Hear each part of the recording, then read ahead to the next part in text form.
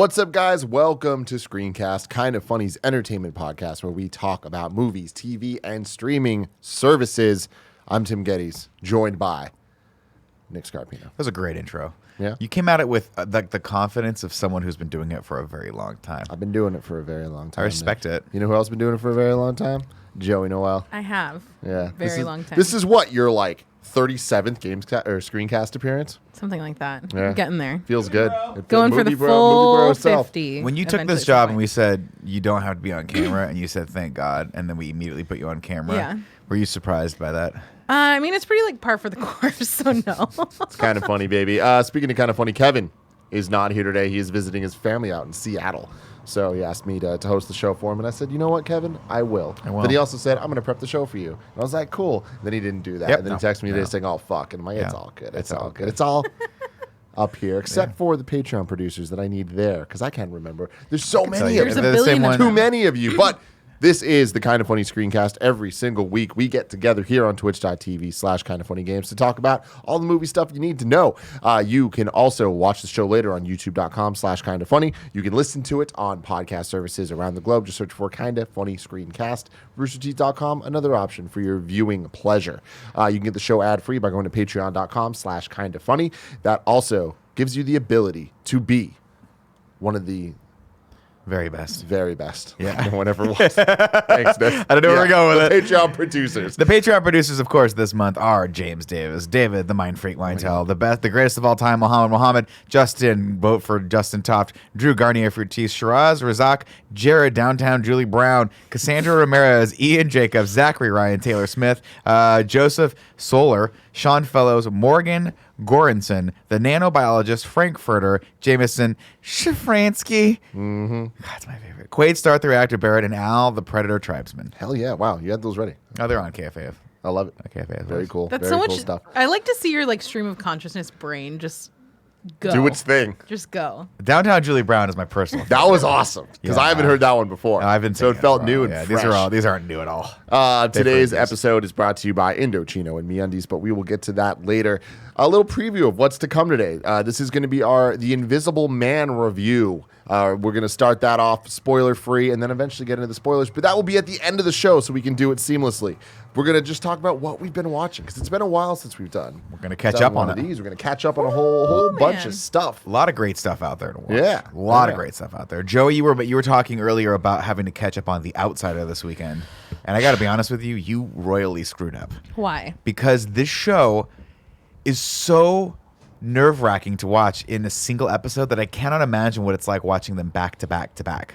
That's usually how I do it. You're I'll a watch 2 or psychopath. 3 at a time. It's one of those things that as the mystery starts to unravel as to what's going on, it's getting more intense, but the spookiness of it is not as ramped up. So I think you'll be okay. But the show is great. I think it's arguably the best show on TV right now. I really like it. I'm excited. I think it's a fun storyline. I really like this Jason Bateman character. There's a lot of mystery. Cynthia Erivo is so good. She's great. Ben Mendelsohn crushing it. Yeah. Crushing it. The whole cast is great. We're gonna do. So next week we got the Onward review that we're gonna do. The week after that we're doing a Outsider Yes. full spoiler cast review and all Love that stuff. it. But right now, both you guys, what are your thoughts on the show so far? Oh, I love it. I think it's absolutely worth watching. It's one of those things that HBO needed to get me to stick around after Watchmen. So I watched Watchmen and I was like, maybe now's the time to get rid of the old HBO account and save ourselves a couple bucks, if you know what I mean. Then I see the preview for The Outsider and I was like, is that Jason Bateman? Is that Jason Bateman? I was like, is he? You had me at Bateman. Is he may or may not be killing children? Well, this is interesting. Oh, Ben Mendelsohn's the good guy. It's definitely it's one of those shows where you see it and you're like, it could be generic, kind of cheesy, but it's HBO and you watch, you're like, oh no, this is AAA. This is one of those shows now I'll look forward to. But I think it's just a one and done, right? Yeah. Yeah, because it's just based on that one book or the one novella. I don't even think it was a book. I think it was a short story he did, right? Or something like that. Yeah. Maybe it's a book. I think it So might I be a should look book. that up. So I'm going to say something controversial that HBO stuff isn't normally an automatic home run for me. Don't like Game of Thrones and a lot of those other the only one that I think I've actually really, really loved is True Detective. Oh, it's a novel. So I feel like it hits a lot of those same notes for me as True Detective season 1. It's very True Detective season 1. Only True Detective season 1, you think there's a supernatural angle, and it just turns out they're just fucking weird. Yeah. This, it's Stephen King, so Yeah. anything goes. It's in the Stephen King universe, so anything goes, which is cool. Yeah, but if you're looking for something to like fill that vibe, I think that this is really fun. Yeah, for me, And by fun, I mean it's like kind of scary and maybe not that fun, but you still go back every I think week. you're gonna love it. Yeah, I'm not watching it. Gia's already. You're not gonna watch You're it? so interesting that you don't really watch a ton of TV. I think it's only 8 episodes though. Yeah, I still haven't watched 10? Watchmen. I'm fucking up, man. Oh, dude, you definitely start with Watchmen first. Yeah, I know. Watchmen probably might be my favorite all-time just single season of a show ever. Yeah. It's beautiful. It's perfect. Do you care about Westworld? New trailer. Looked good. I watched the new trailer. It looked good. I did like that. They got me with Aaron Paul, man. My child of question mine, is, man. my That's question is, can I just watch the last episode of season 2? Because I hated the first 3 episodes of season 2. I hated them. You can find a little like recap on They'll the do a little YouTubes. thing, right? A little recappy. Yeah. They'll do a little recap juice right at the beginning of that bad boy. Maybe I'll pop back in. Joey, moving on. I wanna ask you about a movie called Horse Girl. Oh my! This is the one that I'm like really upset that Kevin's not here for because this is this is the weirdest movie I've watched in a This is what I'm very telling you. long time. We were talking about this, and you guys were making fun of me because I was like, Alison Brie's career is going into an interesting direction. And you were like, no, it's not. She just did Horse Girl. And I was like, you just proved my point. But did you see the article where Marvel's looking for an Alison Brie type? That's how it started this whole conversation. really? Yeah, you guys started saying that, and I was like, good. She needs that because she's doing weird ass obscure Horse Girl movies on Netflix right now. I think Yeah. you're so off base about Alison Brie. I think she's like hitting the best stride she's ever had for I don't know. Glow is great. projects. Glow is fantastic. Glow's fantastic. And I loved the last season of Glow. But like, good. you got to get into this. You got to get into Marvel. I Her have a and feeling she's about to. John Krasinski need to get into Marvel like bad. What? Yes. I mean, I agree with you that I want them there, but I Yes. feel like they're both kind of killing it. Krasinski's killing it. I'm joking about that. But Quiet he's Place got a tick- Quiet Place 2 coming out, Yeah. which is going to be Tickets fucking went up today. great. A fun, we're not doing too much news in this one, but jumping off of what you're talking about, the She-Hulk rumors of Yeah. Alison Brie that are about as, subtle as the rumors of, what's her name? Brie Larson. No, the Haley Steinfeld as Oh. Kate Bishop. Yeah. Which essentially, if you're not following along, Marvel wants those for those characters. Yes, of Can course. they get them? That's the big They question. can, they can absolutely get both those people. Well, no, because they're doing stuff. Oh, you mean the characters or the actors? The The actors. Oh, dude, they can get Alison Brie. Alison Brie's agents probably like drop whatever the fucking weird indie Netflix movie is you're doing and get in Marvel because She-Hulk Yeah. is fucking awesome. But That's like- a character. That is a character that you build. You have the next 10 years of your life just done. You're like, I'm going to be famous for 10 years now because I'm going to be She-Hulk. Done. She's Alison Brie.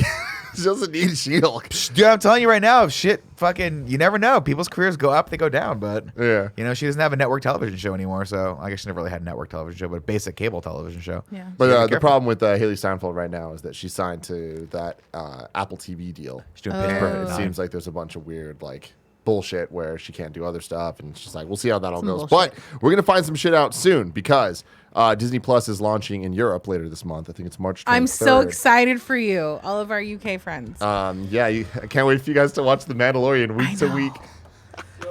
That is They one of the have to things- do it though. They have to set the standard so that people don't get used to it the other way. But anyways, that's so dumb. they're doing a launch event on March 5th in London, and there's no details on whether or not that'll be live streamed. It probably won't be, but I'm expecting to get a ton of news from that. Probably release dates for things like Falcon and Winter Soldier, and maybe more dialed in stuff for Mandalorian 2. Yeah. I'm expecting some casting information some way or another for some of the shows we know about. So I wouldn't be surprised if Alison Brie's announced as She-Hulk in the That'd be so cool. I'd be so happy for her if she did that. In That'd be that awesome. original article, she's like, I'm just really excited that they're putting out that phrasing because she's like, I've auditioned for so many Anne Hathaway type roles, and she's like, I can't believe I've made it. That they're now it's a using me Brie- as a descriptor. It's an Alison Brie type Yeah. role. That's amazing. And she would honestly be perfect for that universe. She was in an interview a couple days ago on some late night show, and she denied it, but she denied it in the winky winky way. It's happening. Cagey. So Yes, we'll fucking it's see, happening. man. But yeah, it's exciting stuff. But Yeah. Horse Girl, Man, this is a weird movie. It's on Netflix. I can't say that I recommend. You definitely watching don't it. recommend it. But at the same time, I absolutely want to watch it again to find the trail of things that I Okay. wasn't aware of on first watch. a ton of people came over to my house to watch this movie. Right. I Yeah. did not partake in this fuck because I no, was you like, I'm not watching You're a Horse man. Girl. But Blessing was there. You were there. Kevin, Paula, Gia. Yeah. So you all watched it, and This was the second time that Kevin and Paula had watched it. Yeah. Because they had already seen it. We were talking about it at brunch, and then we were like, it is recommended watch this. overall, I would say, from the group. It's recommended because I want more people to talk about it with. That's really the kicker. So it's about Alison Brie, who is, it's like, it is kind of shot and has coloring like it's a like 80s, 90s period piece, but it's supposed to be like contemporary. And she works at this like craft store and like has a roommate, but like doesn't really have a lot of friends. It's like pretty awkward. And then like all of these weird things start happening to her where she starts like losing track of time and ending up in places that she didn't go, and like her world kind of starts to fall apart, and it's like she thinks that she's being like abducted by aliens. So you're trying to figure out like, is she crazy? And like that's always inherently kind of like a hard genre, I feel like, to live in It's and to difficult. do well, because it's like, It kind of reminds me of that movie that shit. Who's the actress Another that did Netflix it? one? No, there's a movie called Unsane, I think it was. yeah, the one that's all shot on an iPhone. Yeah, Sober. it kind of reminds me of that, where it's like a woman doesn't know if she's going crazy or not, seeing Yeah. this guy that's like stalking her in this insane, and she goes insane with it. Yeah. It's that kind of like trippy kind of head trip, right? And like, for the most part, I feel like with those types of movies, there was one that happened earlier this year on Netflix where like a guy drops his like wife and kids off at the hospital and then goes back and they're like, oh, you never did that. And it's like, is it a conspiracy or is he crazy? I feel like always it ends up like the person is crazy, and like there's not, I've never seen Not anyone- always. Liam Neeson did a movie like that one time where he's Really? like, I don't know what's going on. And then it turned out he was a sleeper agent that totally was brainwashed. Yeah. But he could fight still. Yeah. Pull this up real quick, Barrett. That So this image is right there the is crazy fucking thing. This trip. is the poster for this fucking Yeah, movie, that's and I trip. feel like seeing this poster explains the vibe of this movie, based on how you guys were watching it. Yep. Like it's so That's unsettling. off-putting. That is off-putting. Ugh. Is she looking this It's way or that weird. way? It's weird. It's a lot. It has Molly Shannon, not Which Molly. yeah, Molly Shannon. Is that her? Which is crazy. Yeah, from SNL. And from, then the roommate is somebody too. Superstar. Superstar. She's the one that used to know. She was the one that used to smell her Yeah. pits. That's hilarious. That's the kind of great humor we had in the 80s and 90s, Tim, before you were born. Yeah. That's all we had, brother. Yeah. But it has one of the single greatest first date scenes and sequences that I feel like I've ever seen in a movie, that goes along with this vibe of like, this movie is weird as fuck, where like this guy comes in and is like, oh yeah, like I also like these weird conspiracy things too, and talks about like different things. And then she escalates it to a level where he's just like, I was not prepared for this. But anyways, it's weird, and if you're into like weird kind of supernaturally like psychological thriller things, I would recommend watching it. I might watch it now. You might have sold me on it. And here's why. Because one of the movies I loved from, I think, 2 years ago was Under the Silver Lake. I made Kevin yeah. watch it. Kevin loved it also. Nobody else liked this movie. It's This exactly is the Andrew Garfield one? Yeah. Weird as fuck. I loved it though. I thought it was I thought it was shot beautifully, and it was just a cool, weird fucking head trip of a movie. So I might be in for that this weekend, Joe. Maybe I'll check it out. It's a Yeah. girl weekend. What do you think I can get Dee to watch it? No. I didn't think so either. I didn't know. Hard pass. I think she'd be in it for like approximately 5 minutes and then be out. That's fair. Hard out. That is fair. So something I watched last night was the Pete Davidson stand-up special. Right. Alive Alive from New York. Yeah, he's been having some issues. Pete Yeah, Davidson. he has, and man, let me tell you, Nick, this is the weirdest stand-up special I've ever seen. Like, especially like professional stand-up special. And you've that- watched a lot of stand-up specials. But it being on Netflix, it kind of just fills a weird, like, void of, okay, he's a celebrity, but he's also a comedian, but he's not really either that much. Yeah. You know what I mean? So this kind of comes across as if it's a Kevin Hart comedy special where it's like, he's less telling jokes and he's more just, I'm Kevin Hart. Here's a catchphrase. Here's some fun stories about my famous friends. Right. Which isn't bad. It's just No. a different thing Yeah. than, more scrappy traditional stand-up special. Sure. This is 45 minutes. Oh, okay. So do you want to hear the funniest thing now? Yeah. There's a term my friend Austin Carr is trying to coin right now. We call it the shorty five. So headliners are always supposed to do an hour. That's kind of been the industry standard since the dawn of fucking time. But now, because of how hard it is to generate material and how quickly they have to put it out, people keep coming in, and we notice they start doing 55 minutes, 50, and now people are doing 45 minutes. We call it the shorty five. I like that. I We're like that just a lot. like Pauly Shore. We saw Pauly Shore like 2 Thursdays ago, and I went and I was like, And he's like, all right, thanks, that's it for me. And I was like, oh, that was a quick little shorty 5 he did right there. There we go. Yeah, then he went and took pictures with everyone. I was like, good for you. Good for you. Live your Good life, for you, Pauly Shore. Shore. I don't know that the same can be said about Pete Davidson, but he goes, so the whole special, like, legitimately is like 47 minutes or something like that. But, like, that includes credits and a weird post-credit scene. Like, that's... She's just like, crying over a picture of Ariana it's- Grande. No, but it's one more story that he gives, but, like, it ends so abruptly. Like, it's just like, you just go and it's like, all right, bye, guys. Credits roll. And then it comes back, he's like, hey, the show's over, but I want to tell one more story. And it's just like, that could have just been You the just end. put it Like, in the Yeah. thing. it's so fucking weird. It feels extremely just kind of stream of conscious, but like you can tell he actually planned it, which like makes it not that fun. But like the first I hate when 30, people get artistic with their comedy first specials. 30 Just minutes- fucking go on stage and tell a story. the first 30 minutes, you're just like, all right, this is like super not that funny or whatever. And like you need to be a better performer than this. But the last 15 minutes are what I wanted the whole thing to be, which is kind of just him telling stories about Ariana Grande. Yeah. And it's hilarious. Like he does a very good job. I would recommend watching the last 15 minutes of this. Because once he gets on it, it's like, Because really, that's the only reason why people are going to want to watch him do anything, right? I mean, honestly, he's had some drug and alcohol problems, which I'm sure is fascinating fodder. He tells for lots of comedy. stories about I'm that sure he stuff. can tell us stuff. Does it tell Obviously, you his Kate experience. Beckinsale stories? no. But he does, he references Previous relationships, but doesn't like say names. But then he has a whole Ariana bit that's like clearly Ariana. It's like talking about the song and like, but it's cool because it's this to me is an example of what a celebrity special can be, which is I'm going to tell you stories that you're actually interested in because you know the characters, you know the world that we're living in here. But there's a real sadness to it because this is his kind of dealing with like, hey, I'm a real person that got broken up with, and everyone's talking about me and my big dick, and like it's just like this is hard. Yeah, and it's really fascinating, man. It's interesting because you do forget like. Because we all get so caught up in the gossip of it, right? Where we think legitimately like, hey, if I was dating someone as famous as Ariana Grande and she broke up with me, but she paid me the compliment of letting everyone know that I had a huge dick, you'd think you'd feel good about that. But it is sort of like a massive betrayal of trust. And maybe if you loved her, it would make you feel like a giant piece of shit. You should watch it, Nick. He goes into that stuff and like there's some real clever jokes based around I it. read an interview with him. I don't know. I think probably it popped up because he's got a new special popping up. Yeah. But they were talking about his side of it where he was just like, he's like, I couldn't say any of the stuff that she said about me in this day and age. It would just be, I would get roasted alive.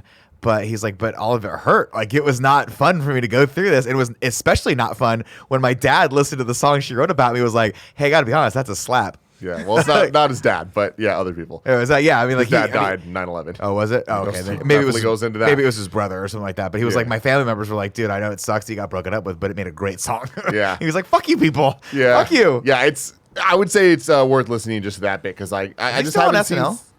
Yes, But Yeah, he's like he is. kind of trying to get out of it, right? It sounds He's like, like- he he's hates it. This very special sounds like he's begging to leave. Yeah. I feel like SNL is one of those, is so interesting where you're like, everyone that talks about it like talks, it's so great while they're there, but then afterward, like once they're sure they don't have to ever go back to it, they're like, it fucking sucked. I mean, It you was can tell terrible. like he's hardly in any skits every week, and like the ones that he's on, you can tell like he does not like want to be here anymore. So I mean, kinda he his- definitely talks about that. That's That's kind of his Yeah. MO, though. He kind of feels that way in everything he's in. Yeah. Well, Like, they I watched him expect in from What him- Men Want, and I was like, he doesn't seem like he wants to be in this movie. I didn't know he sounded that way. Like he looks like this like tiny little dude. And he talks like a big old truck driver. Does he? He's like, why does he have this gruff voice all the time? Oh, that's not the voice It's that I really associate fucking with him. weird. He smokes a lot. 45 minutes Yeah. of this. He probably smokes a shit ton of cigarettes. Yeah. Nick, let me sell you on this special. Give me it. with one line. Yeah, give me it. I don't have a big dick. She just has really tiny hands. Hands. Yes. That's amazing. That is amazing. Oh my gosh. God bless it. So I'm always man. bitter that I married someone taller than me. What a visual. Nick, what have you been watching? The other thing I've been watching that I highly recommend is Narcos Mexico season 2. It is, if you're not familiar with the Narcos series, there's Narcos and then there's Narcos Mexico. They are tied together because of just the nature of some of the characters having some crossover. But one is based in Colombia and it follows Pablo Escobar. Phenomenal. That's one with Pedro Pascal, Boyd Holbrook. That's great. That ended, and then the story picked up sort of halfway through that story in Mexico because the Colombians who made the cocaine wanted to start distributing it to the West Coast, and the only way to do that was via Mexico, which basically took all these lower-level gangsters in Mexico who were running these things called plazas, which is like basically districts, took them, and they got all united under Miguel Gallardo, I think is his name, who's played by Diego Luna.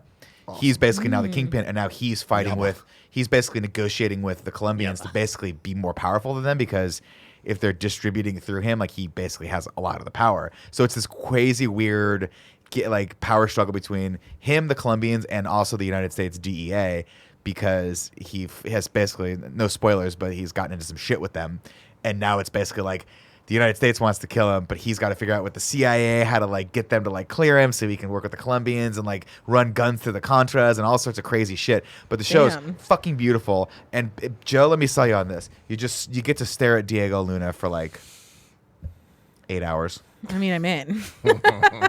Done. It's but I'm always blown away by just how good it is. Like, at one point, there's another plaza where they're talking about, and they develop these smaller characters, and this one character pops up, and you don't really even know who they are. They don't make a huge deal out of it. In the first season, they tell you exactly who everyone is. Like, this is Pablo motherfucking Escobar. But in this one, they don't have a narrator necessarily. I think Scoot McNabb narrates it a little bit, but he's also amazing in this. But at one point, they get to one of the other plazas, and they're going to a party, and one of the guys goes, "Hey, Chapo, get out here," and it's El Chapo. Damn. Like Chapo, like the guy that keeps fucking like escaping from prisons and is like the biggest drug dealer in Mexico currently, you know? I think they got him eventually. But it's cool and it's beautifully shot, and it's just proof positive that Netflix originals are still bad as fuck. They're just so good. I want to make a deal with you, Nick. Yeah. Deal I'll watch Nirvana the band, the show, fine. I'll fucking watch it. It's a deal we've never made before. What if I watch Narcos? Yeah? Yeah? What do I have to watch? The Office? No, Nirvana the band show. Okay. I was just a dumb joke. I watched the first episode of Hunters on Amazon Prime. Yeah, this looks good. Tell Prime me Video. everything. It's an hour and a half. The first episode is an hour and a half. I don't know if the rest are that long. Ooh. It is lengthy. Is it Hunters or the Hold Hunt? on. So Hunters. what's the difference between Hunters and The Hunt? The Hunt is a movie. Oh, I thought you were talking about The Hunt. What is Hunters? Hunters Hunters is an is Amazon the Prime one where they're video. hunting Jewish people. Or no, Nazis. It's a 70s show where they are hunting Nazis. And Al Pacino is an old Jewish man who's running this sort of ragtag crew. That's what the trailers have sort of shown it as or whatever. So it's Logan Lerman. Yeah, No. it's basically Wolfenstein, the TV show. And Which it is sounds really shot cool. incredibly well. Josh It is Radnor's in edited it. super well. It reminds me a lot of Edgar Wright's sort of editing having style.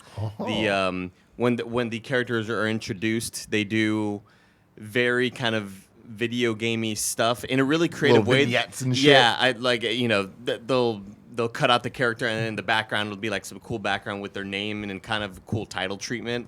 It's so creative. It's so well done, editing and design wise. Kind of, you could tell when they started working on this, they had this really grand vision for what the show's gonna look like. And aesthetically, it's gorgeous. It's shot super well, and yeah, I finished the first episode last night, and immediately I'm like, okay, I'm fucking in. Like, this is really well done. It's brutal as hell. It's super violent, but it's basically a lot of Nazis from World War II are still living, and they're still out there trying to do really fucked up stuff, and we have to go. This kind of group has to go hunt them down, and it's Rad. It's a little gang of all these people from different backgrounds that are all hunting Nazis for different reasons. It's super badass. Yeah. That sounds really Yeah, good. highly recommend it so far. Another show that's on my radar that I haven't started watching yet. I don't even know if it's out, but I saw the preview for Briar Patch, which is the Rosario Dawson show. Have you seen this preview yet? I think it's an AMC show or a TNT show. I have no fucking idea. I just saw the preview for it. I was like, this looks dope as shit. And I don't know anything about it. I just saw that one preview, and then you can just buy this. What's the TLDR? Briar Patch, an American anthology series starring Rosario Dawson, based on Ross Thomas's novel of the same name. The series was that doesn't help me at all. Based on Ross Thomas, Briar Patch follows Allegra Dill, a dogged investigator who returns to her border town home in San Bonifacio, Texas. Andy, do you know where that is? Negative. Cool. What begins San search Bonifacio or no? Bonifacio. Bonifacio? Sure. I don't know. What begins as a search for her sister's killer turns into an all-consuming fight to bring the corrupt town to its knees. And but it's got like a really weird, like almost Robert Rodriguez style to it. So it looks kind of cool. Plus it's Rosario Dawson's, and she can't do anything wrong. Nothing wrong at all. That's true. Barrett, you watched the My Hero movie. Yeah, My Hero Academia Heroes Rising. The second My Hero Academia movie. Yeah, we saw it on Wednesday. Me, Bless, Alyssa, Belinda, and Yusuf. Quite a crew. Bunch of good old weebs going to Kabuki. And I'll tell you, Tim, it was weird seeing that movie theater almost entirely empty, like just the entire like building itself, except for everybody seeing My Hero Academia. Hell yeah. Like everybody who Fucking was nerds. there was there to see that movie. And from what I read yesterday, for the Wednesday night box office, My Hero beat out Sonic and then some other movie on Wednesday night across America. So that was fucking rad. Dubbed or subbed? We saw it dubbed. Excuse me? Oh, fuck yeah. Yeah. Dubbed or subbed? I was asking Anime if the movie was dubbed dubbed or subbed. subbed. Dubbed or subbed? I thought he said Dunderstruck. I was like, is that some sort of weird Office fucking reference again? Some Office AC/DC matchup? It's their cover band. Dunderstruck. Dunderstruck. Yeah, I think Kabuki was only doing dubbed, but I think like other places like Metreon were showing like dubbed or subtitled and shit. I don't know like that I'd want to watch subtitled at Draft House. Or did you say Kabuki? Yeah, Kabuki. Okay, that'd be fun. And we were in like the smaller theater, so we were definitely like closer to the screen and shit. Yeah. And it was also fun to see like the different amount of like people coming to see it. There was a lot of people in that theater that I would never suspect that watch anime and shit like that. So it was fun to see like a crowd. My come Hero together. kind of it's not just anime fans. Man. Yeah, dude, it kinda exceeds. just- It's superhero Unites fans. us It's all. comic. Unites yeah, everybody. human race. Yeah. very I true. really liked it. It's really fun. I'd say like the only two downsides I have of it, and this is how I feel kind of like about all anime movies that are based off of like from shows and stuff. They do like one really cool thing that they kind of have to write themselves out of because it's not going to make sense for the show. Yeah. They do that in all movies, so it's just like there's a moment that happens. So I was like, all right, this is really cool. How long is it going to last? And then they kind of write it out. It's like, yeah, okay, whatever. This, Is the art style like markedly better than the show? Not that the show's bad. Yeah, but, like you haven't watched the first movie. No. Like, the production to it is like it's a lot. It's like it's like when they made the Rugrats movie. You're like, whoa, this is Whoa, incredible. shit, dude. Everybody has shadows. Dill's looking crazy. And then they left. They got but it lost. does It's remind so me of sad. like seeing Pokemon in theaters and Yeah. shit, right? Where you knew like the quality of the shows, but then seeing it in theater, you're The like Digimon holy movie? shit, yeah, fucking- dude, the I hated Digimon that art movie. style. Yeah, I really like it. And then like there was something weird with like the Digimon movie. I know I'm in the minority there, but What? I did not like it. He hates the Digimon style movie. Wow. Digimon movie He is fucking changed. rad. And then like there's like some weird like audio stuff at the very beginning where it's hard to understand a lot of people. But yeah, it's really dope. It showcases the entire 1A class really well, which I really like.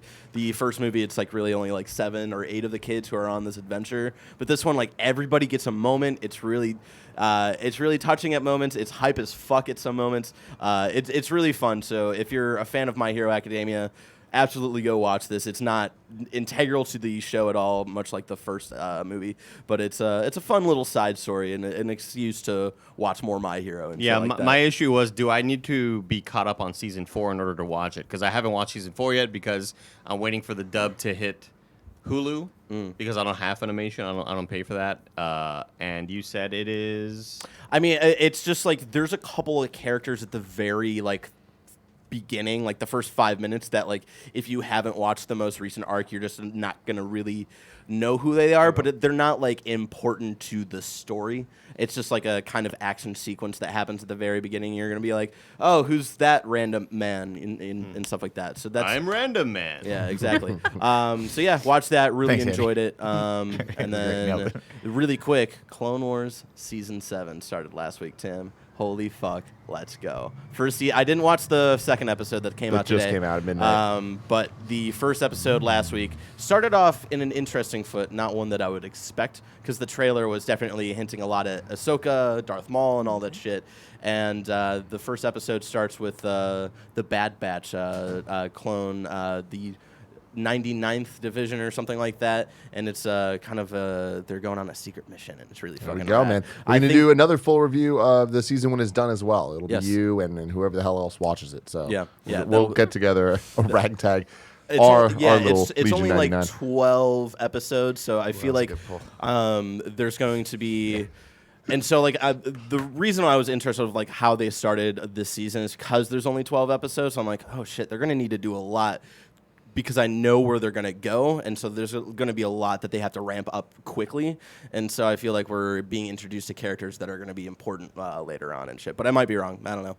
I'm excited. You talking about the anime movies always like introducing some shit they have to retcon immediately. Yeah. Pokemon the first movie did that, where it's like, oh, they do the whole movie, and then like fucking Mewtwo makes them all forget everything forever. Yeah. Or Oh, Mew. yeah, It's yeah. like, come on. But There's I don't something know if you guys saw. Yesterday was Nick.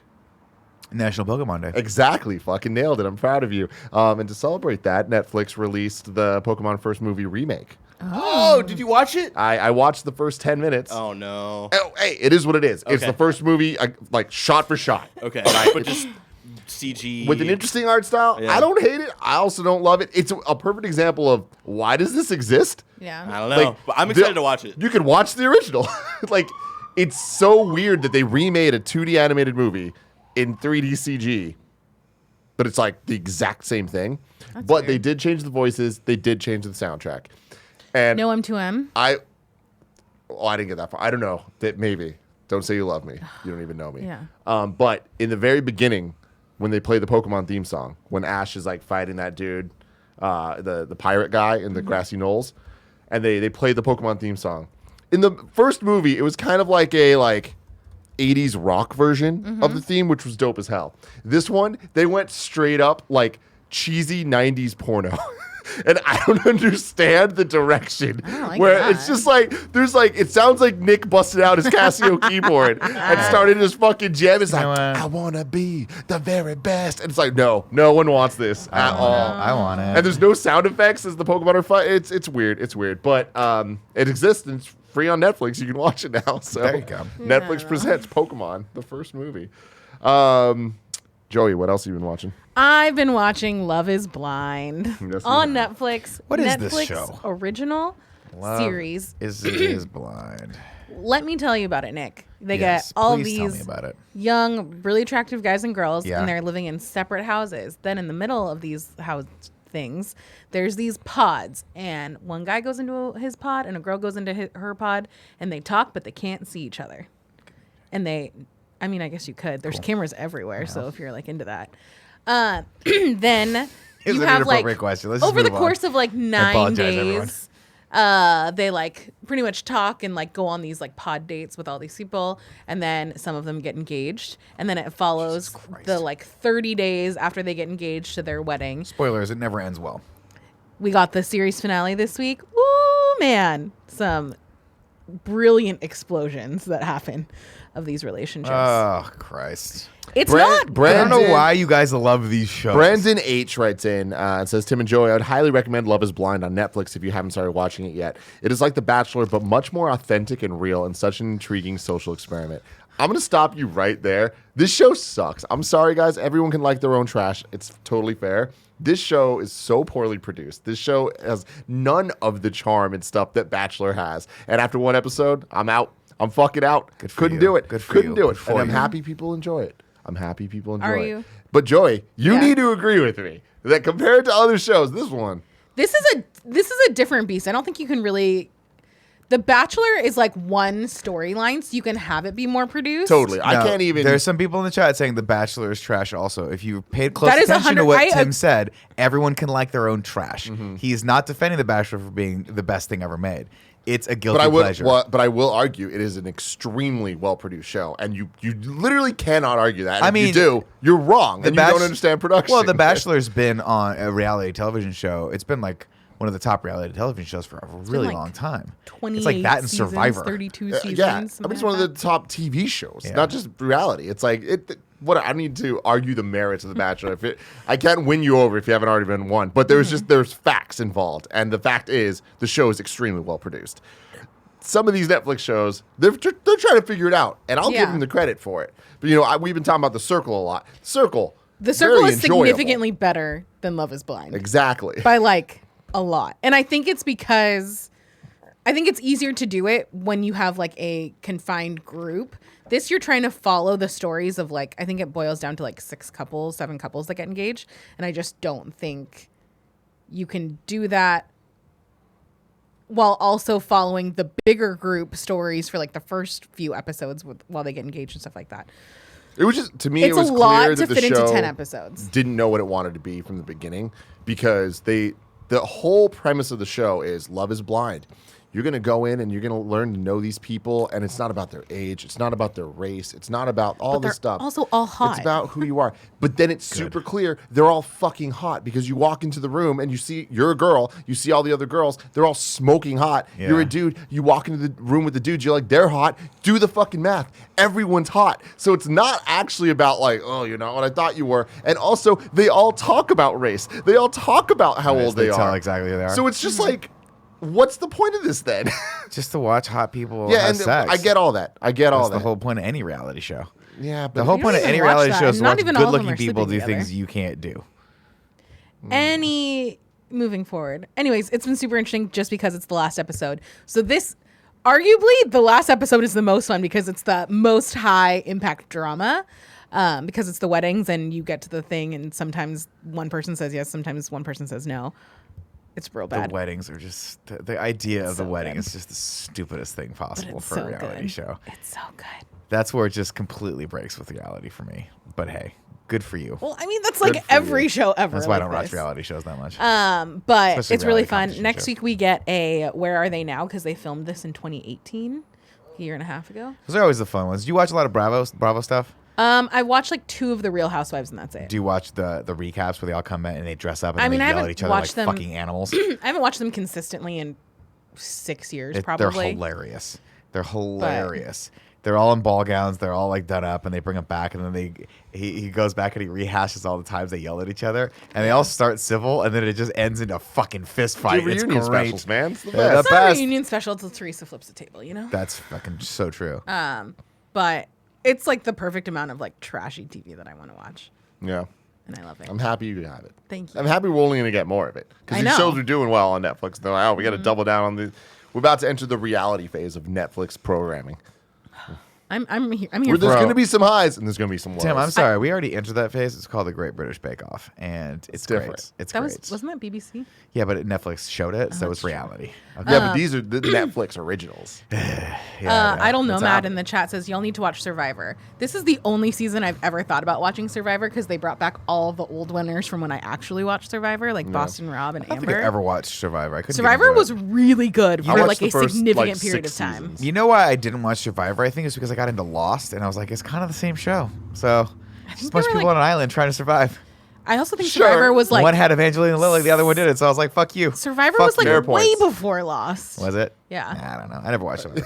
I never watched it. Oh, man. That's funny. One of the other shows that I started watching, but I have sadly fallen out of love with, is Picard. Oh, It is. I'm sad for you. It is. It started off so good, and then it just is super convoluted and slow, and it's taken like 4 episodes to get him onto a fucking starship, and then we're going back and forth with this Romulan thing. It's just Are you going to finish it? I will probably finish it because I owe it to myself, and I think Patrick Stewart is Begrudgingly. fabulous in it, but I just, for whatever reason, and I don't want to like point fingers, but like the writers of it have just decided to make this really, really weird, like murky story with stuff that's like, I'm like, I don't think it's that hard. Why would you break with the Star Trek format? Get him in a fucking ship, have a main story arc, and then have some bottle episodes that tie into the main story arc, and then get out.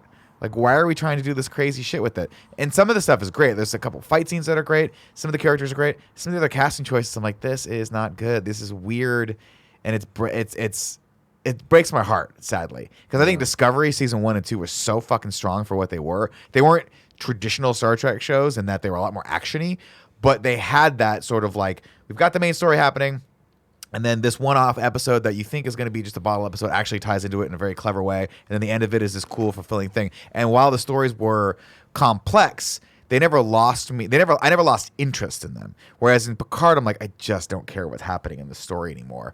Like they just they make a couple choices where you're like, why do I care about this person? Oh, they just died. Oh, I have to care about I don't know. It's weird, but Do you think there's a chance it comes together in the end? probably. I mean, it's always possible. I'll hang in there. What I'm waiting for them to do is I'm waiting for them to spool up, because right now it's weekly.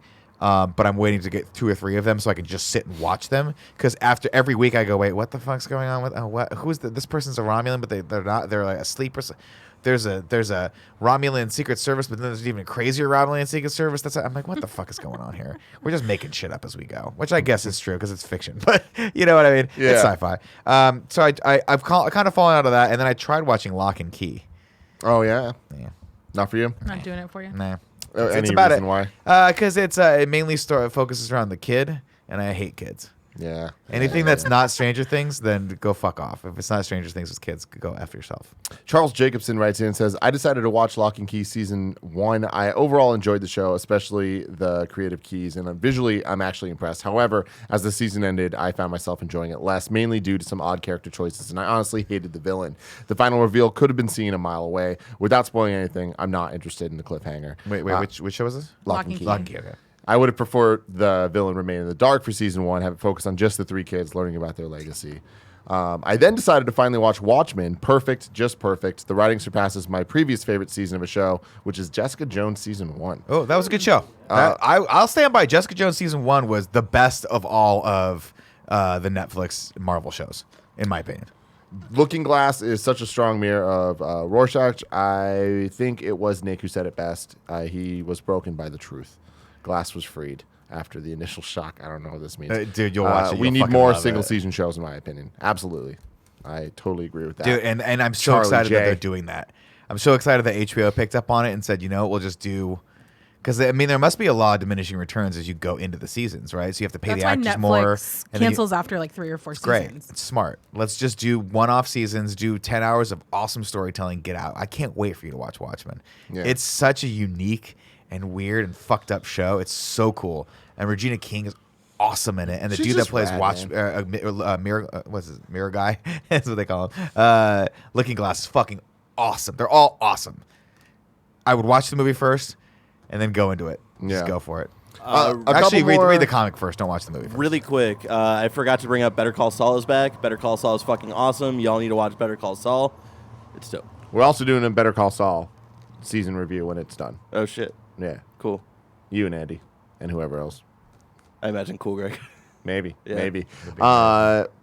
For Bronze Topics, last week, Kevin asked you guys what you've been watching. I've been reading a couple of them, but to finish it out here, Weissmark says, just wanted to say I watched Big Fat Liar on Netflix last night.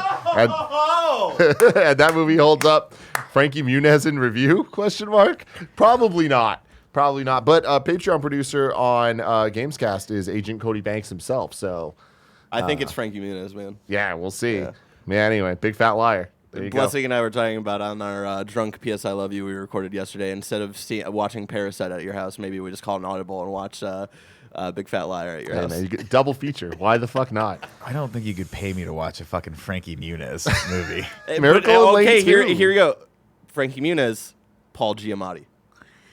Nah, I'm looking at the poster right now, Dude, and it's really I good. think that I'd rather do anything else but watch this movie.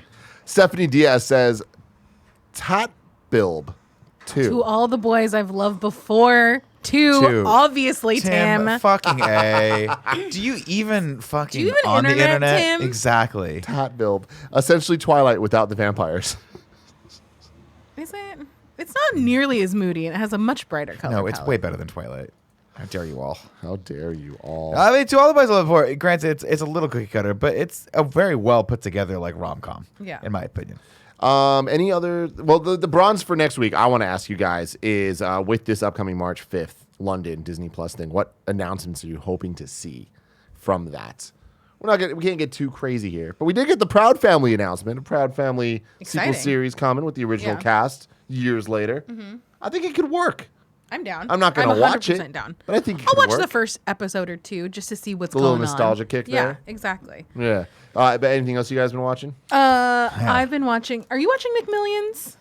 You know, I watched the first episode of it, and I think Yeah. I recommended it to you. I was like, this is really good. Yeah. But then I'm like, there's a weird thing that's happening right now where narrative shows are decreasing in size and documentaries are increasing in size. And I just don't need to watch this much of a documentary. Like this is the same thing I had with the Aaron Hernandez story. I was like, that's a only great 3 documentary. episodes. Could have been one.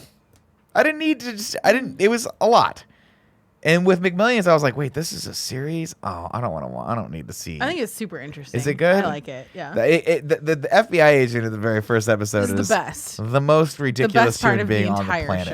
show. Maybe I'll go back to it. Yeah. The first episode was cool, but then I got to the end of it. I was like, I just don't want. Can I just Google this? What happened? I mean, that's true of like literally any. Well, no, I mean like there's like if you watched the O.J. Simpson documentary, it was so well done. The documentary or the Both. So People vs. O.J. Simpson was amazing, but the actual documentary that came out beforehand, that was Mm-hmm. ESPN, like 30 for 30 on O.J. Simpson. It was like 4 hours long or something. It was phenomenal. And I watched both and I was fascinated by it. But like this McMillions thing, I'm like, I just don't know if this story is that intricate that it needs like 10 hours of a documentary. I think it's interesting. Is it good? All right, I'll try it. I'll watch it Yeah. again. I'll pick it up. And I feel like it's I don't know, the McDonald's like monopoly thing was such like a weird like It was a cultural thing that like phenomenon just kept, and you're like, moment. it's happening. Is anyone winning this fucking Yeah, thing? and so to see like kind of all the like tendrils behind Yeah. it of how it all kind of played out, I thought was super interesting. Joe, And then I'm watching go for it. Fosse Verdon. Oh, how do you like that? It's so good. My wife loved it. It's so good. So it's Sam on Hulu Rockwell now. plays Bob Fosse, right? Yeah, and then Michelle Williams plays Gwen Verdon. Right. And then so he's a director and a choreographer. She's like a dancer And like the star, right? Yeah, and so they talk about like their professional career and then their personal like relationship. And then how she it sort all of starts to like intertwines. get big as he sort of starts to like lose fame, right, or something like that. Or is it He the gets opposite? big, and then they get the rights to Chicago, but he wants to do all these other things. Right. Blah blah blah. Fosse, and, like, of there's course, a lot being- of like jumping back and forth. Fosse, my touchstone for Bob Fosse or that Fosse style was when I saw Chicago the first time. Yeah. It's that sort of like Chicago, and then what's the one he did with Liza cabaret. Minnelli? Yeah, that's his other Yeah. big one. Maybe it was cabaret that was the first one. I remember they did that in high school, and it was like Yeah. everyone's like, "Oh, you got to be more Fosse," and I'm like, "I don't know what that fucking verb is. What is that? What are you saying? What is Well- Fosse?" They're like, "Oh, it's got to be more Fosse, Bentwood, bowler hats, Fosse, Yeah. jazz hands." Well, I didn't know. Like I knew that he existed, but I didn't realize like that the whole style was attributed to him until I watched The Birdcage when Robin Williams does Fosse. that one part, and I was like, oh, now this all makes sense. It's so good. but I would Birdcage! watch- Shout out to the Birdcage, Oh, The man! Birdcage is Great movie. so good. Great movie. Shout out to that. But yeah, like I would watch Sam Rockwell and Michelle Williams do anything, and Sam they're so Rockwell's- good. And it's one of those like 8 episodes done, the end, which I'm all Hell yeah. about. The last thing that I'm watching, and I don't even give a shit. Don't judge me. Maybe I do care. Sex and the City.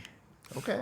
Started watching those again. I've never watched them all the way through. I've only ever I think I've seen every episode. Yeah. But never in succession. So it's always fascinating to go back and start from episode 1 and go. And I'm in season 4 already. Hell This yeah. is They're only like so they're like 30 interesting. minutes. Oh, they're because me, Gia, Rochelle, and Paula were talking about like, oh, what's the next TV show we want to watch? Sex and the City. And Sex and this, we tried Girls, that didn't click with everybody, and Sex and the City, I think, is the next one we want Oh, to so try. you're gonna have a blast. Sex and the Because City.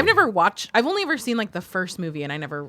Oh, you watched never it seen all the the show? time. Oh my god, the show's great.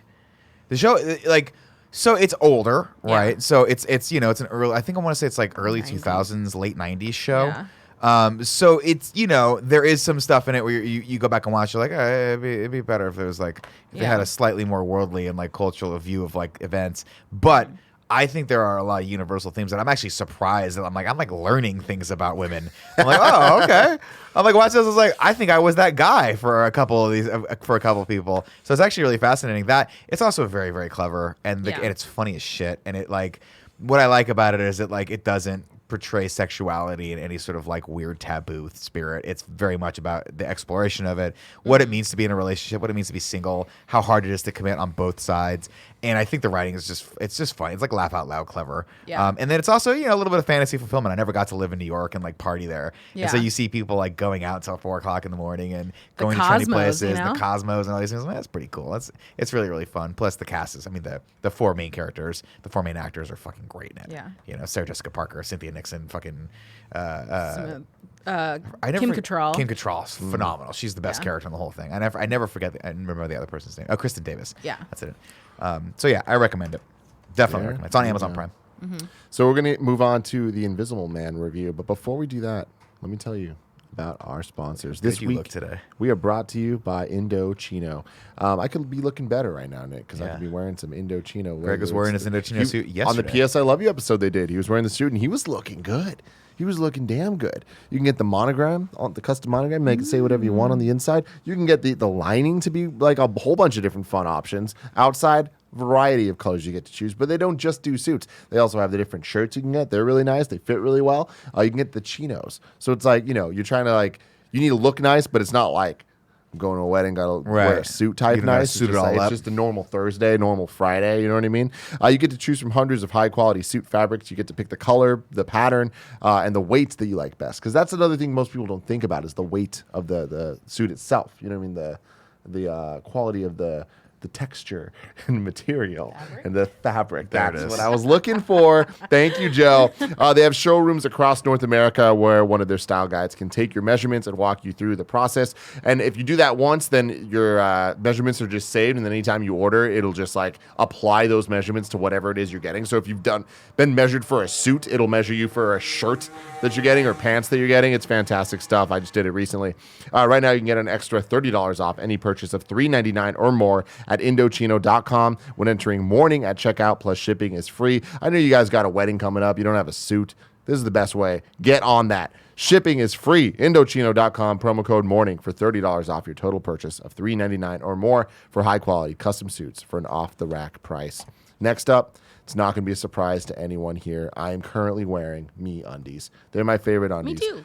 Really? What's your pattern right now? I have the little otters. Got them sweet otters. And then I got Them Otts. the ramen ones that say send nudes in the mail this week. Very excited. I have these sweet little geometric shapes. There's a bunch of little triangles, multicolored, a lot of pastels, some oranges, some blues. You know what I mean? It's looking real nice. And it's feeling even better. I'm also wearing MeUndies socks right now because that's right. MeUndies doesn't just make undies. They make socks. They make T-shirts. They make lounge pants. They make robes. Robes. They make little things for your dogs, like little like cute Buddy bands. scarves. Yeah, buddy bands is what they call them. You can match with your dog. You can match with your partner. You can match with your friend. You can match with pretty much anybody you want. Your neighbor, your sister. It's all good. We don't judge here. 19 years. MeUndies has a great offer for my listeners. Any first-time purchasers, you get 15% off and free shipping. This is a no-brainer, especially because they have a 100% satisfaction guarantee. To get 15% off your first pair, free shipping, and 100% satisfaction guarantee, go to MeUndies.com/morning. That's MeUndies.com/morning. Let's get into it. The Invisible Man. Now, I'm Nick, you have not seen this Yeah, yet. I might see it do you one want day, you so. can do you go want to away. hear any spoiler free? Because we're gonna be spoiler free for a minute. It's up to you. Yeah, I'd love to stay for that. You need to see it in Dolby. This is the only movie I have ever said this about because I don't care at all really about the Dolby Okay. stuff. It has the coolest opening that sets a really good tone for it. IMO. And Let's it's start literally it just here. the title screen. This movie's great. This movie is not just it's not this Hollow Man? horror movie. No. It is a fantastic thriller. It is legitimately scary. It is unnerving in a way that I feel like we had a really Elizabeth good Moss, right? Yes, Yes. we've had a really good run of horror movies the last couple of years. I'll say it started with Get Out. Yeah. Kind of like being there. Jordan Peele. Psychological kind of like thrillers. I think that Reinventing. definitely helped reinvigorate the genre. Reinvigorate's probably the Yeah. best word. But there's been, with that, we had, Midsummer, we had Hereditary. Like, there's been a lot of different types and different styles of these movies, but like A Quiet Place is another example. Kind of like a new genre of horror, kind of. Yeah. And it's like not necessarily about the jump scares, but like it's really smart about subverting expectations and using jump scares when appropriate. But it's more about a mood, and Even it's more Don't Breathe, too. Exactly. And we love Don't Breathe. We did love Don't Breathe. And so the thing Fede with this- Alvarez. Yeah, exactly. This movie works so well because it works as a traditional thriller and what we're just talking about, like on the level of a Get Out and all that. But it also does that thing where it's about more than that. Like they do a really good job with themes and a really good job Well, at with the heart of it, it's about a guy who's stalking his ex-girlfriend, right? And so it's hard to talk about this without spoiling anything because I don't want to spoil the movie, but I almost don't even want to spoil the trailer. Yeah. Like there's elements that Well, the idea top level, because I've only seen the trailer for me, Yeah. so I'll explain it. And this is not spoilers; this is whatever you see in the trailer. The idea is that the theme of a stalker, is taken to the extreme. If that person had the ability to be invisible, how could that person like basically torture you on a daily basis, and you could never prove that? So is it in your head, or is this person legitimately have this like godlike power? And what would that be like in the hands of someone who is a psychopath ex-boyfriend who's fucking threatening your life? And like, it's basically like J-Lo's Enough, but like times 100 with technological with Hollow Man advances. technology. Beginning to end, this movie like keeps you on the edge of your seat. You're The interested. camera work is so cool. The who characters, shot it. every single character is interesting, and you kind of they feel fully fleshed out and like believable, and they do things that you're like, oh, that's how that person would act in this situation. You Yeah. never get the sense that it's like, oh man, horror tropes. They had to do that stuff. And you were talking about the beginning of the movie. The first 10 minutes of this movie are. You could just watch that, and this would be a worthy experience to have. It is so unnerving, and it sets the tone so perfectly with the use of camera work and sound. And you brought up Dolby Atmos, and I've obviously been a huge proponent of it forever. This is the best use of it I've ever seen. This is better than Endgame. This is better than so many other movies like that use it in kind of a big bombastic way. Like this movie opens with waves just crashing against a rock, and you feel it.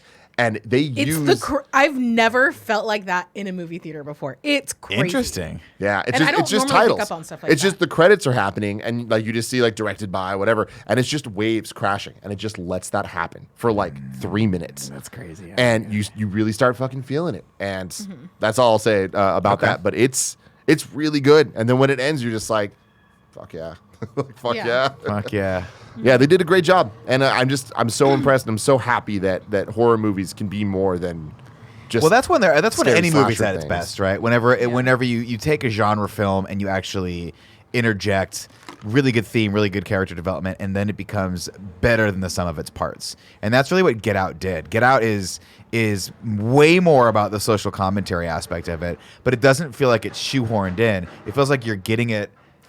Jesus Christ! It's It's like really rattly. It just traffic feels like outside. someone's dragging a filing cabinet down ocean.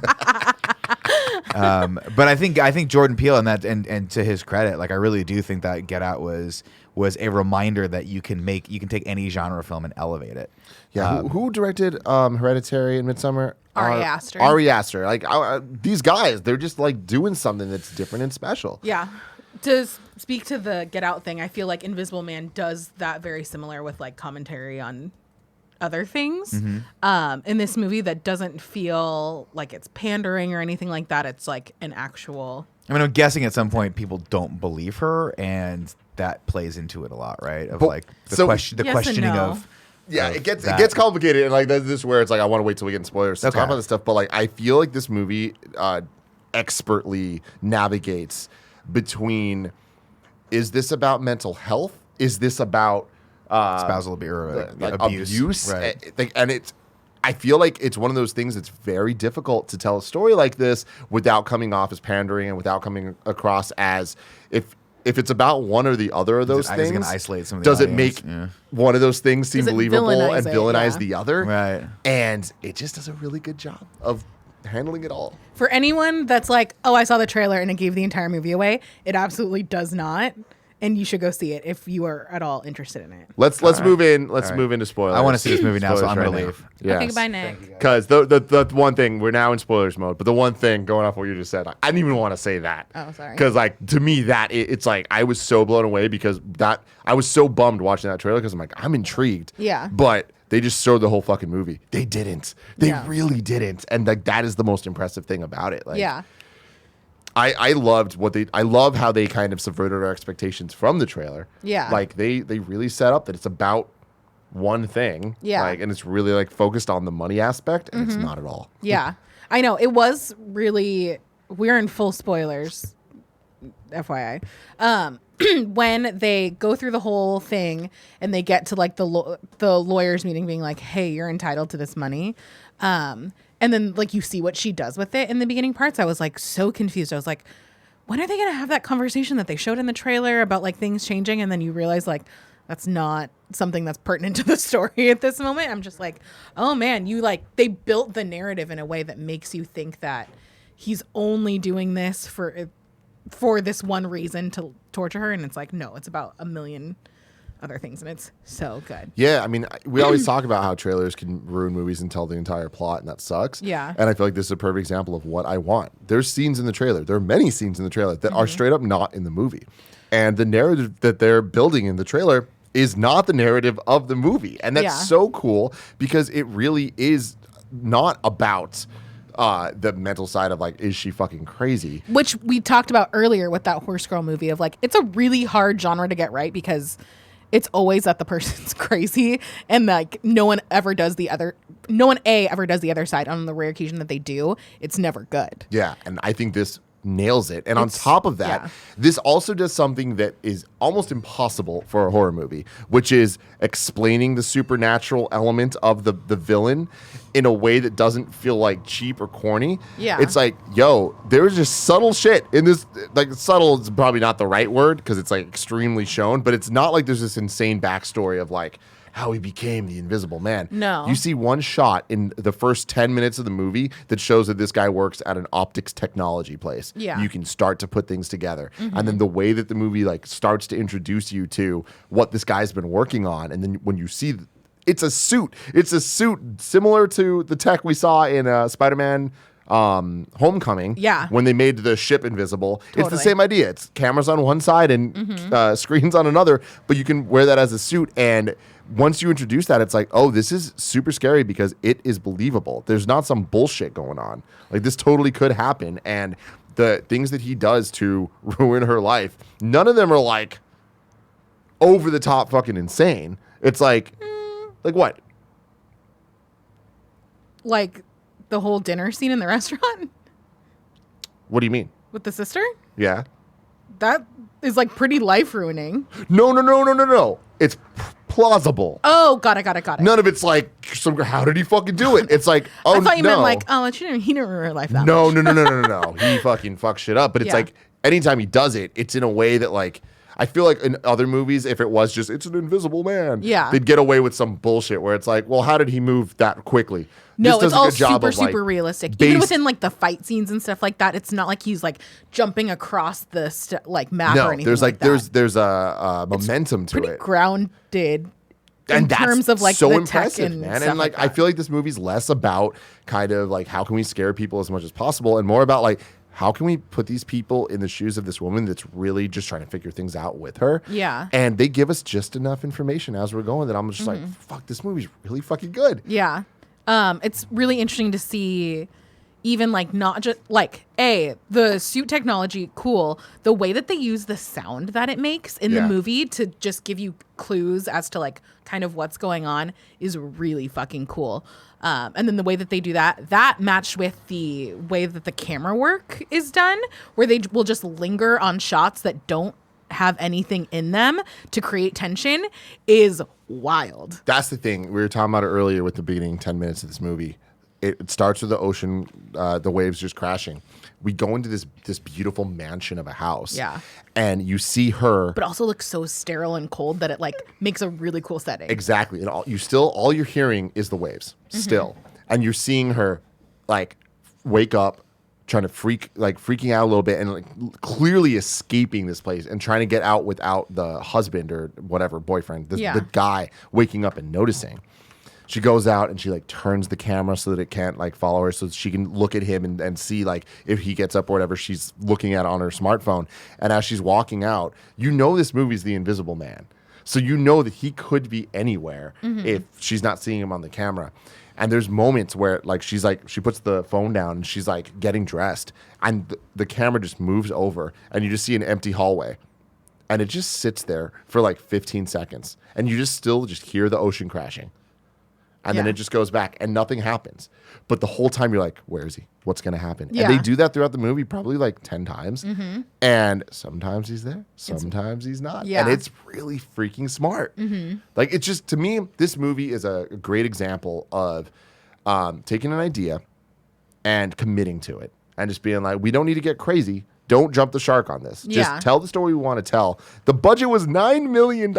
Which makes sense and doesn't make sense at the same time of like so much of this is like they're not actually having to like recreate a lot of like graphic stuff because he is invisible, but the way that they were able to mix that with like the times that you do see him and the sound and stuff like that is really, really cool. Yeah, I'm very, very impressed with it. I'm not saying this is the best movie I've ever seen, but I do think that this is on the level of all the movies we named earlier with the Yeah. Hereditaries and the Get Outs and the Us's and I haven't seen seen Midsummer, but all of those. Yeah. I definitely recommend you go watch it. Like you said, if you're interested at all in what we've just talked about or the trailer, this movie delivers on that for sure. Yeah, I would say if you're the one thing with like it's not as like I was gonna say it's not as like gruesome as the Ari Aster movies, but there are some like shots that are like pretty intense. Yeah. So maybe there. I don't know. That dinner scene though, where it cuts between Elizabeth Moss and her sister trying to like reconcile after the guy has like done some fucked up shit. But you see the sister talking, or Elizabeth Moss is talking to the sister, and it turns to the sister, and she like turns her head and she's confused, and then it flips back to Elizabeth Moss, and there's just like the knife. There's some real fucking intention, Yeah. and that was a scene to me that surprised me and won me over even more because Totally. I just didn't see it coming. Yeah. You didn't expect it. Anytime you're watching it, you're like, I kind of see where this is going. It does something different, and it does something quick. It's not like I wonder where this is going. It's it went there. Whoa, what does this mean? Because this is crazy. Because that's the first time you really, I think, as far as I remember, ever see him fucking with anybody else that's not her. And you're like, oh, this kind of builds a bigger picture of like, oh, he's trying to like ruin her life. Yeah. And it's not just like a just drive her crazy thing. Like he doesn't have any, like no holds barred on what he's willing to do. Earlier, I was talking about how every single character in this movie is believable and kind of like works together in such a great way to enhance the narrative. I feel the friends, the guy and his daughter, hanging out with them, the way that the Invisible Man kind of uses them against her is so smart. Of having the young daughter be so close to Elizabeth Moss, and then have that scene where she kind of like the daughter gets like kicked away. And freaks the fuck out because there's no one else in the room, and she really thinks that this woman that, for all intents and purposes, is going crazy, had just been drugged out and like all this stuff. She loses trust in her, and you see it, and like you feel for Elizabeth Moss, where you're like, no, fuck, you're getting so screwed right now, and like that's awesome that like you care this much about a horror movie. Yeah, and about a relationship that really doesn't have that much screen time, but they like just build the world in a way that like makes everything seem so believable. Yeah. I'm a big fan. You guys should go check it out. But anyways, this has been the Kind of Funny Screencast. Thank you very much for joining us this week. Like I said, next week we are doing the Onward review, Pixar's Onward, which I hear has a Simpsons short film before it. I just read that too. Yeah. Which is a very weird. interesting choice. Hey man, Disney baby. I don't know if excited is the right word, but I'm interested in Onward. Absolutely. Yeah, I think of the two Pixar movies coming out this year, it's the one I'm least interested in because I really like the concept of Soul, but we'll see. We shall see. But until then, keep watching shit.